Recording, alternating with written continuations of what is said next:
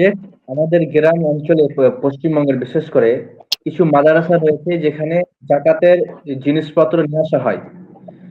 যে শিক্ষকগুলো বা যারা জাকাত আদায় করতে যায় তারা বলে আমিলিনা আলাইহার ক্ষেত্রে প্রায় 100-র মধ্যে 60 টাকায় নিজের কাছে রেখে দেয়।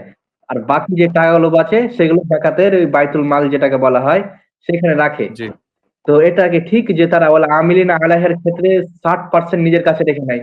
জি, ভাইয়ের প্রশ্ন হচ্ছে যে বর্তমান বাজারে কিছু উলামায়ে কেরাম বা কিছু লোকেরা মাদ্রাসার পক্ষ থেকে চাঁদাতে চায় জি এবং জাকাত ওসুল করে নিয়ে আসেন এবং তারা সেই জাকাত থেকে কিছু পার্সেন্টেজ নেন, 7%, 10%, 20%, 20%, 30%।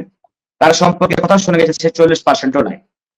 যাই হোক, এবং তারা এই পার্সেন্টেজকে জায়েজ করার জন্য বা পার্সেন্টেজ নিচ্ছে এর দলিল হিসেবে কোরআনের সে আয়াতটিকে তারা পেশ করেন, যে আয়াতে আল্লাহ পাক বলছেন ইন্নামাস সাদাকাতু লিল ফুকারা ওয়াল মাসাকিন ওয়াল আমিলিনা আলাইহা। যাকাত হচ্ছে 8 প্রকার লোকের জন্য বা 8 প্রকারের 8 জায়গাতে এই যাকাতকে ব্যয় করতে হবে। তার মধ্যে একটা হচ্ছে ফকির, একটা হচ্ছে মিসকিন, ওয়াল আমিলিনা আলাইহা, আর যারা যাকাত আদায়কারী। তো এরা যারা পার্সেন্টেজ নেই, এই ওয়াল আমিলিনা আলাইহা এই শব্দটি দিয়ে বা এই বাক্যটি দিয়ে তারা ইস্তেদলাল করেন যে যারা যাকাত আদায় করেন তাদেরও একটা অধিকার আছে, সুতরাং আমাদের অধিকার আছে, ওই জন্য আমরা একটা 20%, 10% পার্সেন্টেজ নিচ্ছি। এটা ইস্তেদলাল হচ্ছে মারাত্মক ভুল ইস্তেদলাল, মারাত্মক ভুল ইস্তেদলাল। কয়েকদিকে ভুল ইস্তেদলাল। একটা হলো এই যে আল আমিলিন আলাইহা কাকে বলে? আমিলিন আলাইহা ওকে বলে যাকে শাসক, গভর্নর বা আমিরুল মুমিনিন যাকে নিযুক্ত করেন সেই হলো আমিলিন আলাইহা। আপনাকে কোন আমির, আমরা কোন সরকার আপনি নিযুক্ত করেছেন? দ্বিতীয় কথা হলো আমিলিন আলাইহা কতটা পাবে, কতটা নেবে, পার্সেন্টেজ না। 3%, 4%, 5%, 10%, 20%, 30% পার্সেন্টেজ না। আমরিনা আলাইহা পাবে উজরাতুল মিসল, অর্থাৎ সেই মতো লোক, সেই মতো গুণাবলীর লোক যদি এতদিন কাজ করে তাহলে তাকে বেতন কতটা দেওয়া উচিত অতটাই সে নিতে পারবে। সুতরাং এখানে দুইটির মধ্যে প্রথম কথা হচ্ছে যে আপনাকে কোনো শাসক নির্বাচন করেনি, আপনাকে কোনো শাসক নির্বাচন করেননি।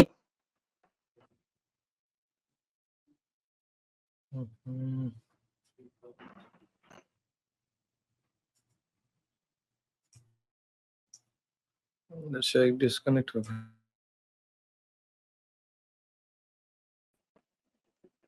জি, প্রথম কথা হচ্ছে যে আপনাকে কোনো শাসক নির্বাচন করেন। দ্বিতীয় হলো আপনি পার্সেন্টেজ নিয়ে লাগিয়ে নিচ্ছেন। এটা দুইটার কারণে আপনার এই কাজ ভুল। তবে আপনি কি করবেন? তবে আপনার পথ কি? আমি কথা বলছি না যে ওয়ালিম উলামায়ে কেরামরা যাকাত আদায় করবেন বিনা পয়সাতে, বিনা লাভে না। তবে যেই মাদ্রাসার পক্ষ থেকে তিনি আদায় করতে আসছেন, হয় সেই মাদ্রাসা তাকে এক বেতন দেবে, আর না হলে আপনি যার কাছ থেকে যাকাত নিয়ে গরিব, ফকির, মিসকিন বা অধিকারীদেরকে পৌঁছাচ্ছেন, আপনি তাকে বলবেন ভাই আপনার কাছ থেকে আমি যাকাত দিয়ে যাচ্ছি, যাকাত তো আপনাকে বন্টন করা উচিত ছিল, দায়িত্বটা তো আপনার ছিল, কিন্তু সেই দায়িত্বটা আপনি আমাকে দিচ্ছেন, তো আমি এই দায়িত্বটা পালন বিনা টাকাতে করব না বা বিনা বেতন করবো না। সুতরাং আপনার যাকাতের অ্যামাউন্ট হলো 1 লাখ টাকা।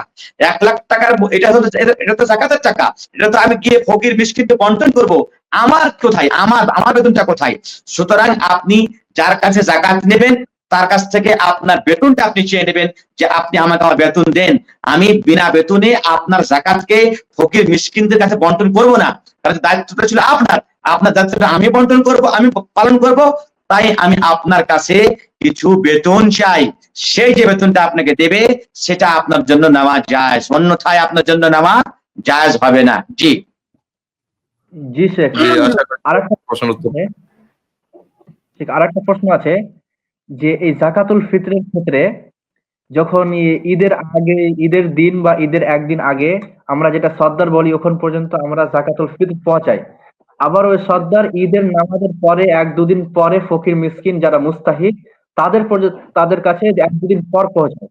তো এটা কি ঠিক? কারণ শুনেছি যে এটা ওয়াজিব আল মুয়াসসা।